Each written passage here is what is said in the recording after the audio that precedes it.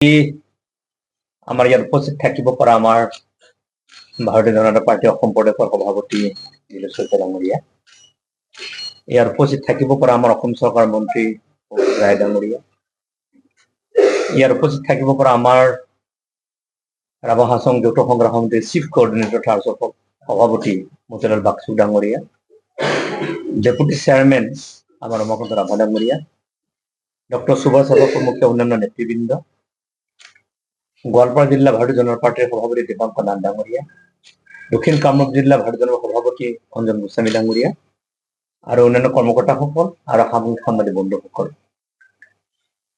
আগন্তুক ৰাভা হাছং অট'নমাছ কাউন্সিলৰ নিৰ্বাচন সমাগত। নিৰ্বাচন 2 এপ্ৰিলত নিৰ্বাচন অনুষ্ঠিত হ'ব। 2016 চনৰে পৰা ভাৰতীয় জনতা পাৰ্টিৰ যৌথ সংগ্ৰাম সমিতিৰ এটা সুন্দৰ সম্পৰ্ক, ককাই ভাইৰ দৰে এটা সম্পৰ্ক আমাৰ মাজত চলি আছে, অব্যাহত আছে আৰু আহি থকা দিনতো ই অব্যাহত থাকিব। আৰু আজি বিশেষভাৱে যি সমাগত ৰাভা হাছং অট'নমাছ কাউন্সিল 2025 তাৰ সংক্ৰান্তত এটা সৌহাৰ্দ্যপূৰ্ণ আলোচনা হয় আৰু সেই আলোচনাত দুইটা দলৰ তৰফৰ পৰা ইমান সুন্দৰ পৰিৱেশৰ মাজত এখন সুন্দৰ ৰাভা হাছং, শান্তিপূৰ্ণ ৰাভা হাছং, এখন ভাইব্ৰেণ্ট ৰাভা হাছং, প্ৰত্যেকটো জাতি জনগোষ্ঠীৰ শান্তিৰ আশ্ৰয়স্থলী কেনেকৈ নিৰ্মাণ কৰিব পৰা যায়, উন্নতিৰ শিখৰত কেনেকৈ আগবাঢ়ি লৈ পৰা যায়, দেশৰ প্ৰধানমন্ত্ৰী মোদী ডাঙৰীয়া নেতৃত্বত যেনেকৈ দেশখন আগবাঢ়ি আছে, ৰাজ্যৰ মুখ্যমন্ত্ৰী হিমন্ত বিশ্ব শৰ্মা ডাঙৰীয়াৰ নেতৃত্বত যেনেকৈ অসমখন আগবাঢ়ি আছে, একেই ধৰণে যে এনডিএৰ নেতৃত্বত ৰাভা হাছং অট'নমাছ কাউন্সিলখনো একেই পথেৰে যাত্ৰী আমি হ'ব পাৰোঁ, তেনে এক দৃষ্টিভংগী, তেনে এক চিন্তা, তেনে এক আশা বতৰা লৈ আমি সুন্দৰ পৰিৱেশৰ এক আলোচনা হ'ল আৰু সেই সূত্ৰে আমি 36টা সমষ্টিতে আমাৰ এনডিএৰ প্ৰাৰ্থী থাকিব আৰু আমি এই 36টা প্ৰাৰ্থীকে জিকাই আনিবৰ কাৰণে এনডিএ সকলো ধৰণৰ প্ৰচেষ্টাই আমি অব্যাহত ৰাখিম আৰু এই অব্যাহত যোৱা বিগত সময়ছোৱাৰ ৰাভা হাছঙৰ কাম কাজ, ইয়াৰ উন্নয়ন, ইয়াৰ শান্তিৰ পৰিৱেশ, ডক্টৰ হিমন্ত বিশ্ব শৰ্মা ডাঙৰীয়াই যেনেধৰণে এই অঞ্চলটোক আগবঢ়াই নিছে, অসমখন আগবঢ়াই নিছে, তাৰ এক আধাৰ আৰু গোটেই ভাৰত মাতৃক আগবঢ়াই নিবৰ কাৰণে দেশৰ প্ৰধানমন্ত্ৰী মোদী ডাঙৰীয়াই বিশ্বৰ জনমানসত ভাৰতবৰ্ষক যি ধৰণে আসন দিবৰ কাৰণে সক্ষম হৈছে, তেনে দৃষ্টিভংগী সেই আধাৰসমূহলৈ আমি জনসাধাৰণৰ ওচৰলৈকে গৈ 36টাতে এনডিএৰ প্ৰাৰ্থীক জিকাই আনিবৰ কাৰণে আমাৰ এক সিদ্ধান্ত হৈছে আৰু এই সিদ্ধান্ত আমি আপোনালোকক অৱগত কৰিম। ৰাজনৈতিক দলসমূহ যিহেতু ডেফিনেটলি মূলত আমি ক'লো যে আমি এনডিএ হৈ ইলেকশ্যনটো আমি ইয়াত পাৰ কৰিম, এইটো সম্পূৰ্ণ এনডিএ চৰকাৰখন হ'ব। গতিকে এনডিএ বুলি কোৱাৰ লগে লগে বিভিন্ন দল থাকে, গতিকে আমি মূলত এই মুহূৰ্তত আমি ৰাভা হাছং যৌথ সংগ্ৰাম সমিতি ভাৰতীয় জনতা পাৰ্টি সুন্দৰ আলোচনা হৈছে। এই মুহূৰ্তত আমি যৌথ সংগ্ৰাম সমিতিৰ তৰফৰ পৰা 30টা সমষ্টি, ভাৰতীয় জনতা পাৰ্টিৰ 6টা সমষ্টি, কিন্তু বহু কথা থাকিব গোটেইবিলাকৰ ক্ষেত্ৰত, যিহেতু আমি বন্ধু, গতিকে এই বন্ধুৰ এই সংখ্যা ভাল নোহোৱাটো স্বাভাৱিক কথা, একো ডাঙৰ কথা নহয়। আমাৰ লক্ষ্য থাকিব আমি এনডিএ চৰকাৰখন হ'ব লাগে, আমি এখন কংগ্ৰেছ মুক্ত এখন ৰাভা হাছং আমি বিচাৰিম, এখন শান্তিপূৰ্ণ আমি ৰাভা হাছং এখন বিচাৰিম আৰু সেই শান্তিপূৰ্ণ সকলো জাতি জনগোষ্ঠীৰ প্ৰতিনিধিত্বমূলক এখন কাউন্সিল বিচাৰিবলৈ যাওঁতে দুই এটা আকৌ আমি নতুনকৈ চিন্তা কৰিব লগা থাকিলেও সেইটো কৰিবৰ কাৰণে আমি মানসিকভাৱে, ৰাজনৈতিকভাৱে আমি প্ৰস্তুত।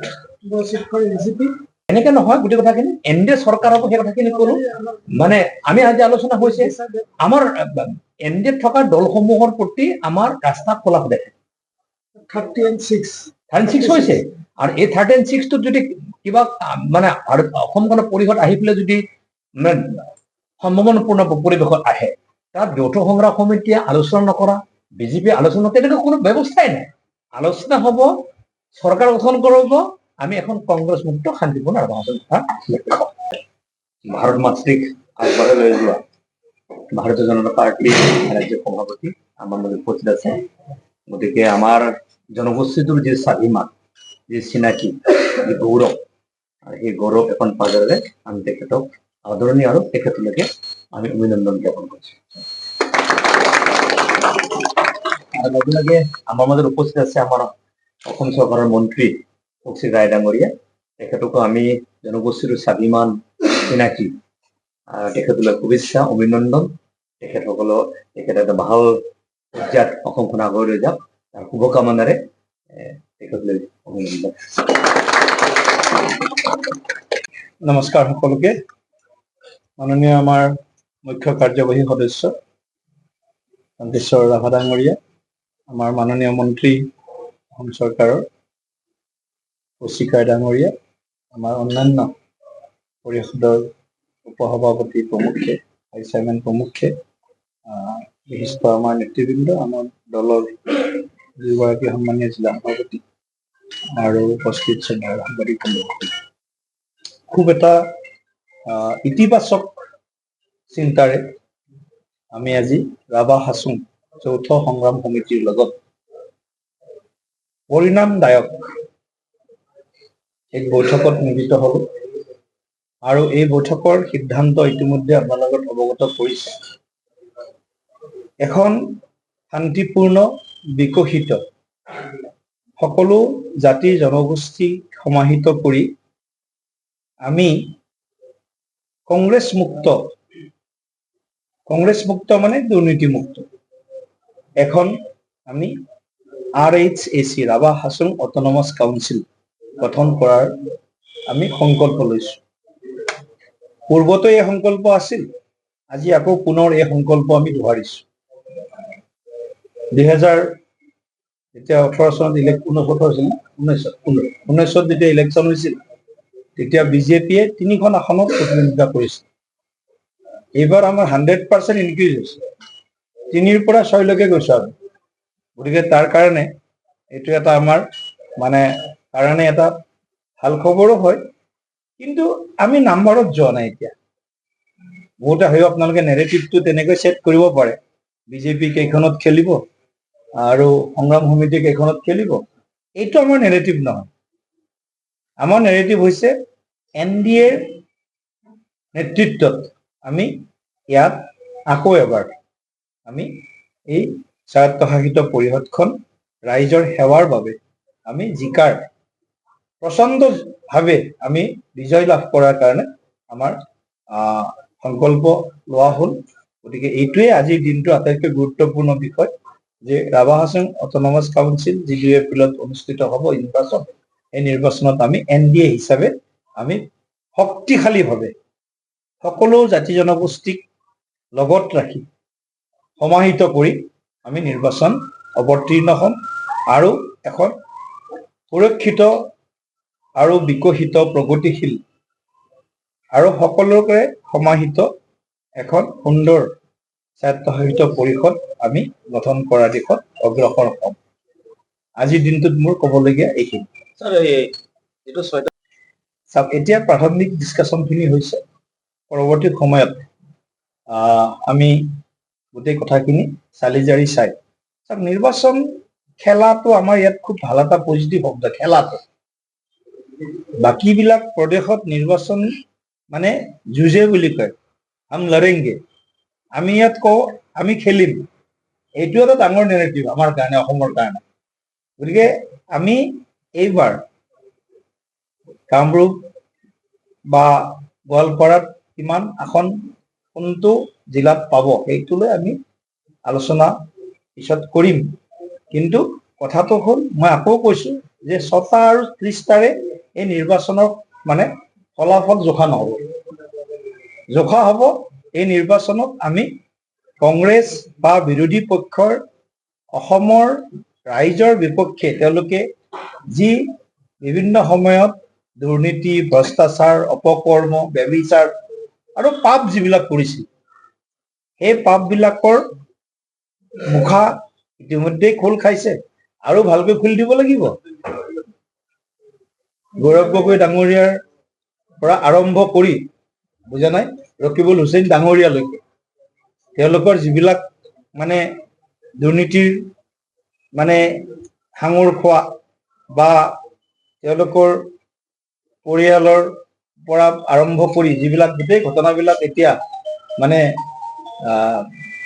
ওলাই আহিবলৈ আৰম্ভ কৰিছে, গোটেই কথাবিলাক আমাৰ জাতিটোৰ কাৰণে, আমাৰ দেশখনৰ সুৰক্ষাৰ কাৰণে এইবিলাক বৰ এটা চিন্তিত আৰু ভয়ানক বিষয়।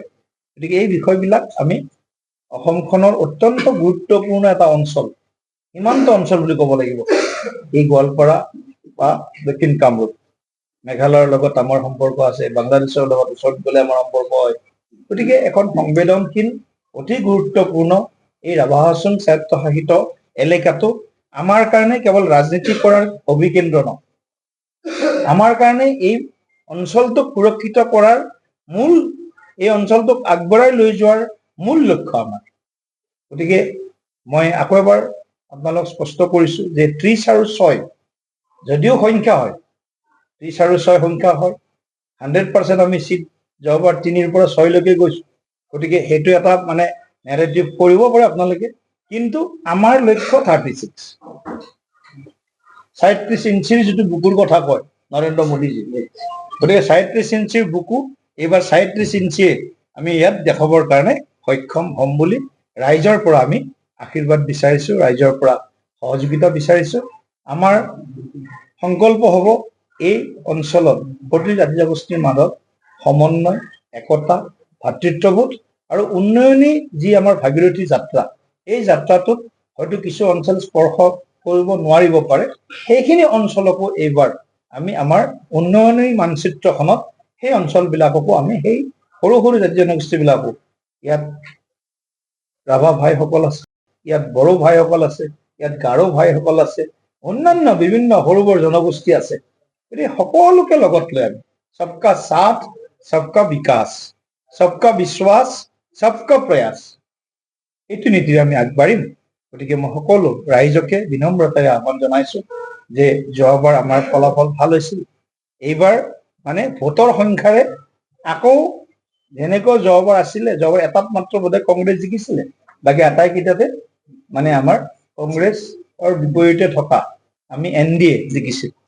এইবাৰ আমি 36 ভিতৰত আমি 36ই নিশ্চিতভাৱে আমি জিকাৰ কাৰণে আমি পৰিকল্পনা ৰণনীতি প্ৰস্তুত কৰি মাননীয় মুখ্যমন্ত্ৰী মহোদয়ে নিৰ্দেশ দিছিল বা আমাৰ দলৰ ফালৰ পৰা নিৰ্দেশ আহিছিল, আৰু সেই নিৰ্দেশটো পালন কৰি আজি খুব সৌহাৰ্দ্যপূৰ্ণ পৰিৱেশত খুব আন্তৰিকতাৰে আমি আলোচনাত বহিলো। মই চেগতে ৰাভা সংগ্ৰাম যৌথ সংগ্ৰাম মঞ্চ সংগ্ৰাম মঞ্চক মই আন্তৰিকতাৰে মই কৃতজ্ঞতা আৰু ধন্যবাদ জ্ঞাপন কৰিছো। আৰু একেলগে আমি আমাৰ এই অঞ্চলটোক শক্তিশালী উন্নয়নৰ অভিকেন্দ্ৰ হিচাপে আগবঢ়াই লৈ যাম। এই কথাখিনিৰে মোৰ বক্তব্য সামৰিছো। ধন্যবাদ।